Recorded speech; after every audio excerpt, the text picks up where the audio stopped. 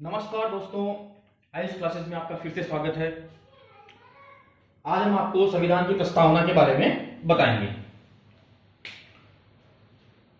भारत के संविधान में प्रस्तावना एक अत्यधिक महत्वपूर्ण भाग है, जिसके ऊपर काफी विवाद भी हुए हैं कि यह न्यायालय में इसमें चुनौती दी जा सकती है या नहीं दी जा सकती है। सबसे पहले इसे चुनौती दी गई बेरोबारी वाद में 1960 में चुनौती दी गई। 1960 में उच्चतम न्यायालय, जो हमारी सुप्रीम कोर्ट, माननीय सुप्रीम कोर्ट है, उन्होंने ये निर्णय दिया कि प्रस्तावना संविधान का भाग ही नहीं है। ये काफी महत्वपूर्ण डिसीजन था, क्योंकि इससे पहले प्रस्तावना को संविधान का भाग माना गया था, लेकिन बेरोबारी वाद 1960 में यह निर्णय दिया गया कि प्रस्तावना संविधान का भाग ही नहीं है। उसके बाद आपको मैं दूसरा तथ्य बताना चाहता हूं, केशवानंद भारती बनाम केरल राज्य, जो 1973 था। 1973 में ये आज तक की सबसे बड़ी बेंच उसमें गठित की गई और इस बेंच में यह निर्णय दिया गया कि प्रस्तावना संविधान का भाग है। और इसी वाद को आधार बनाकर 42 अमेंडमेंट जो था, 42वां संविधान संशोधन था, उसमें संविधान की प्रस्तावना में संशोधन किया गया। और 42वें संविधान संशोधन के द्वारा जो संशोधन किया गया, उसमें प्रस्तावना में 3 शब्द जोड़े गए। सबसे पहले समाजवाद, उसके बाद पंथ निरपेक्षता, उसके बाद अखंडता। क्रमशः इन शब्दों को जोड़ा गया। ठीक है दोस्तों, समझ में आ रहा है?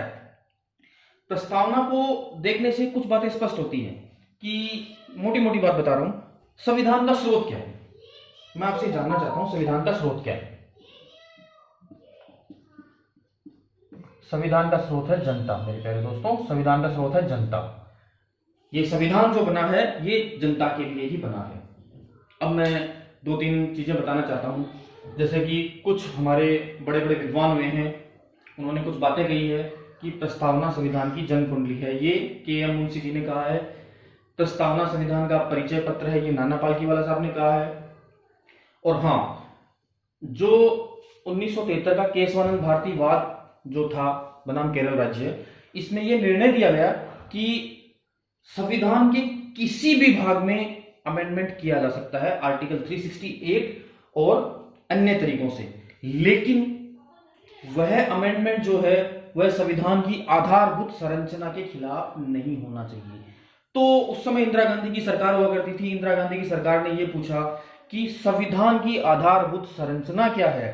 तब कोर्ट ने कहा, माननीय सुप्रीम कोर्ट ने कहा कि संविधान की आधारभूत संरचना की व्याख्या समय समय पर सुप्रीम कोर्ट खुद करेगा।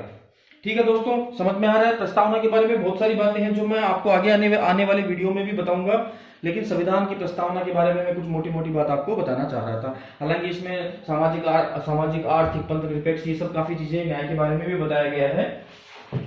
दोस्तों, ये वीडियो आपको कैसा लगा? अगर आपको ये वीडियो अच्छा लगा तो आप इसे लाइक करें, सब्सक्राइब करें। ठीक है, चलो अगले वीडियो में हम मिलते हैं फिर से।